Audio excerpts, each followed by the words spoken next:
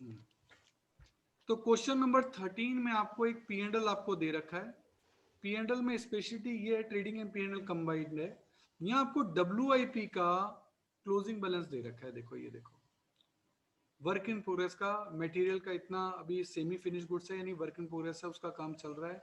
Wages का इतना, factory expense का इतना, और कुल मिला के 2400 यूनिट्स आपने बेची हैं और 80 बच भी गई हैं, और 80 बच भी गई हैं। और नीचे कुछ कॉस्टिंग का आपको स्टेटमेंट्स वगैरह दे रखे हैं। The company manufacture standard unit in the cost account, factory expenses have been allocated 20% of the prime cost. Administrative expenses 3 रुपये पर यूनिट प्रोड्यूस्ड हैं, और सेलिंग एंड डिस्ट्रीब्यूशन एक्सपेंसेस 4 रुपये पर यूनिट सोल्ड हैं। और W process is work in progress is valued at prime cost in cost book. Prime cost पे valuation करना है। You are required to prepare costing P and L account. देखो कह दिया question में costing P and L account बनाना है, इस बार कॉस्ट शीट नहीं बनानी। अगर आपने क्वेश्चन में कॉस्ट शीट बना दी है तो 0 नंबर मिलेगा, क्योंकि क्वेश्चन में कहा गया है costing P and L. And to reconcile the profit, आपको रिकंसिलेशन स्टेटमेंट भी बनाना है। ये आपका पूरा क्वेश्चन है, क्वेश्चन को देख लीजिए। मटेरियल जो डब्ल्यू यहाँ दे रखा है ना, इसको समझिए कि यहाँ मटेरियल कंज्यूम दे रखा है 54,800, उसमें से 1280 का काम, मटेरियल वाला काम तो अभी कंप्लीट ही नहीं हुआ, यानी कंज्यूम ही नहीं हुआ। तो इसका ध्यान रखना पड़ेगा अपोजिट साइड में। तो जब जब मैं कहूंगा तो आपको ये क्रेडिट साइड वाला आइटम देखना पड़ेगा, तो ध्यान रखिएगा। अब ये क्वेश्चन होगा कैसे वो मैं आपको बताता हूँ। ये देखिए, इस क्वेश्चन को कॉस्टिंग पीरियड बनाना है अपन को, यहाँ हमको कॉस्ट शीट नहीं बनानी है, स्पेशली ध्यान रखना है। तो सबसे पहले हम यहाँ लिखेंगे मटेरियल कंज्यूम्ड, और मटेरियल कंज्यूम डेबिट में लिखा है 54,800, लेकिन मैंने कहा उसमें से कुछ मटेरियल तो कंज्यूम हुआ ही नहीं, उसका काम तो अभी चल रहा है। तो वो डब्ल्यू वाला जो आपका मटेरियल है वो आपको यहाँ लेस करना पड़ेगा। इसका मतलब मटेरियल कंज्यूम कितना हुआ, 53,520। सेम वेजेस डेबिट साइड में लिखी है 30,200, लेकिन उसमें से क्रेडिट साइड में डब्ल्यू का दे रखा है 720। इसका मतलब वो तो कंज्यूम हुआ ही नहीं, तो वो लेस करना पड़ेगा। तो वेजेस आपने लिखी 29,480। वो पी एंड एल में भी तो ऐसे ही है, डेबिट में इतना लिखा, क्रेडिट में इतना लिखा, तो लेस हो गया ना अपने आप ही। तो वहां अकाउंट के थ्रू लेस किया गया है, यहाँ अपन इसको इस तरह से लेस करके यहाँ दिखा रहे हैं। ऐसे वेजेस का भी लेस करके दिखा रहे हैं। ये आपकी आ गई प्राइम कॉस्ट। अब प्राइम कॉस्ट के बाद जो फैक्ट्री ओवरहेड है, उसमें फैक्ट्री ओवरहेड में नीचे आपको कहा गया है पैराग्राफ में कि फैक्ट्री ओवरहेड 20% है प्राइम कॉस्ट का। अच्छा, और क्रेडिट साइड में आपको ओवरहेड भी दे रखे हैं डब्ल्यू के अंदर, लेकिन वो लेस नहीं होंगे। अब आप कहोगे सर ये लेस किया, ये लेस किया, तो यहाँ क्यों नहीं लेस किए, मैं रीजन बताता हूँ। आप देखिए इस 53,520 के अंदर डब्ल्यू लेस हो चुका है, यानी इसके अंदर डब्ल्यू नहीं है। वेजेस की भी बात करें तो वेजेस में भी 720 लेस हो चुका है, यानी इसके अंदर भी डब्ल्यू नहीं है। यानी ये जो प्राइम कॉस्ट 83,000 बना, इसके अंदर डब्ल्यू नहीं है, इसके अंदर डब्ल्यू है नहीं। जब इसके अंदर डब्ल्यू नहीं है तो इसमें से डब्ल्यू कैसे लेस हो सकता है। तो इसीलिए इसका सीधा 20% आपने निकाला, वो आपका फैक्ट्री ओवरहेड है, और इसमें से डब्ल्यू लेस नहीं होगा, क्योंकि 83,000 के अंदर कहीं डब्ल्यू है ही नहीं, वो ऊपर पहले ही हटा दिया गया था। इसीलिए इसका डायरेक्ट 20% फैक्ट्री ओवरहेड निकाल लिया गया, ऐड कर दिया गया। ये आपकी आ गई फैक्ट्री कॉस्ट। एडमिनिस्ट्रेटिव ओवरहेड में उन्होंने कहा कि 2480 यूनिट बनाई है। अब वो कैसे निकली कि 2400 तो आपने बेची और 80 बच गई, वो बिकी नहीं। तो इसका मतलब बनाई कितनी थी, 2480 बनाई थी, 2480 में से 2400 बिक गई और 80 अभी भी आपके पास है। तो एडमिनिस्ट्रेशन का खर्चा तो उन 2480 सभी पे लगेगा जो गुड्स प्रोड्यूस की गई हैं। तो प्रोड्यूस 2480 की गई हैं, 3 रुपए के हिसाब से खर्चा लगा 7440 का। कॉस्ट ऑफ प्रोडक्शन आ गया 107040। ये कॉस्ट ऑफ प्रोडक्शन है। अब कॉस्ट ऑफ प्रोडक्शन तो अपने निकाल लिया।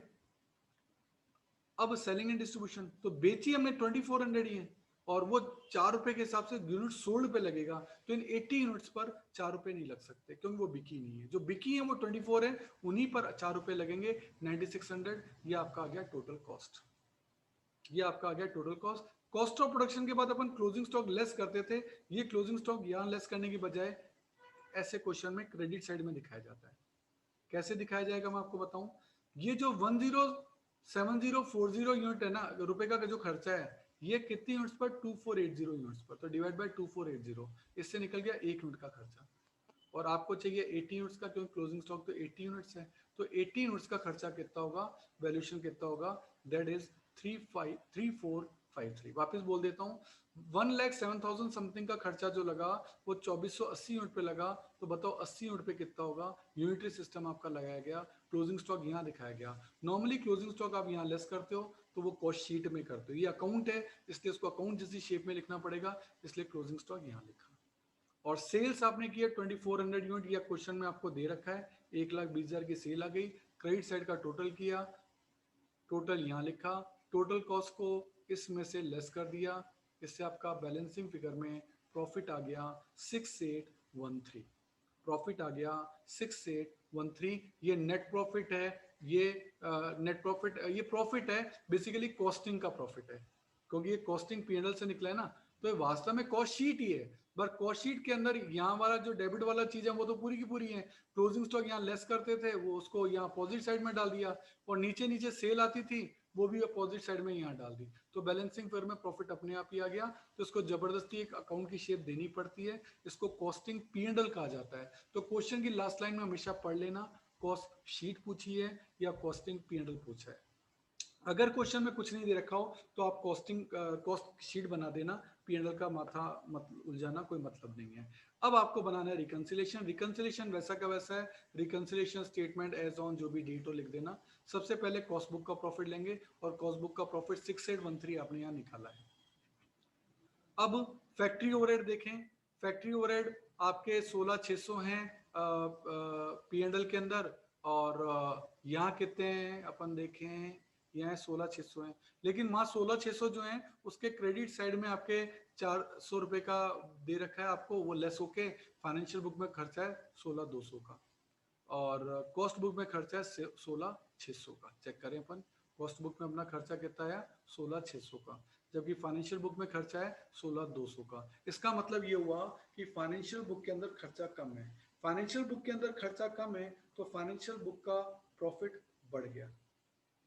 फाइनेंशियल बुक के अंदर खर्चा कम है तो फाइनेंशियल बुक का प्रॉफिट बढ़ गया, और आपको फाइनेंशियल को फॉलो करना है तो आप भी बढ़ जाइए, तो इसीलिए 400 रुपये ऐड किया गया है। आपका स्टार्टिंग पॉइंट कैश बुक है तो ऑब्वियसली आपको फाइनेंशियल बुक पूरे चैप्टर में फॉलो करनी है।